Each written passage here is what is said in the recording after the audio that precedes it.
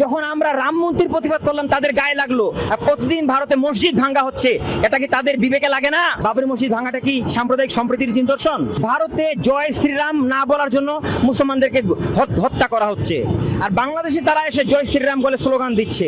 এগুলোকে উস্কানি দেয়া নয়? গাইবান্ধার মূর্তি ভাঙা হয়েছে এটা দেশের সার্বভৌমত্বের জন্য, কেননা মূর্তি হচ্ছে হিন্দুদের উগ্রবাদী আক্রমণের প্রতীক, এবং এই মূর্তির অজুহাতে দেখবেন রামের নামেই কিন্তু বাবরি মসজিদ ভাঙা হয়েছে। বাবরি মসজিদ ভাঙাটা কি সাম্প্রদায়িক সম্প্রীতির নিদর্শন? নিশ্চয়ই সাম্প্রদায়িক আক্রমণের নিদর্শন। আবার ওই রামেরই মূর্তি হবে বাংলাদেশে, সেটা আবার বিশ্বের সব থেকে বড় উঁচু রাম মূর্তি হবে, তার মানে বাংলাদেশেও সাম্প্রদায়িক উস্কানি তারাই দিচ্ছে।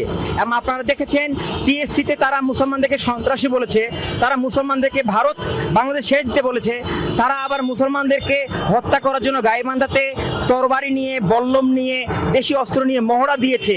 তাহলে সাম্প্রদায়িক সম্প্রীতি তো তারাই নষ্ট করেছে।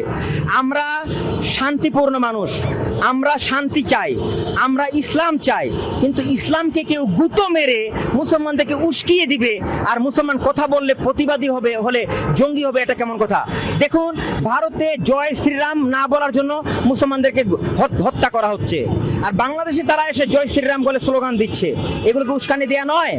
কেন? তারা যদি শান্তি চায় তার ভারতে এই জুলুমের প্রতিবাদ হিন্দুরা করে না কেন? যখন আমরা রাম মন্দির প্রতিবাদ করলাম তাদের গায়ে লাগলো, আর প্রতিদিন ভারতে মসজিদ ভাঙ্গা হচ্ছে, এটা কি তাদের বিবেকে লাগে না? মসজিদ ভাঙলে আনন্দ লাগে, আর মূর্তি ভাঙার কথা বললে গায়ে লাগে? যদি মসজিদ তোমরা ভাঙতে পারো, মুসলমান অবশ্যই কোনো মূর্তি রাখবে না। এটা জঙ্গিবাদ নয়, এটা হচ্ছে সমানে সমান জবাব।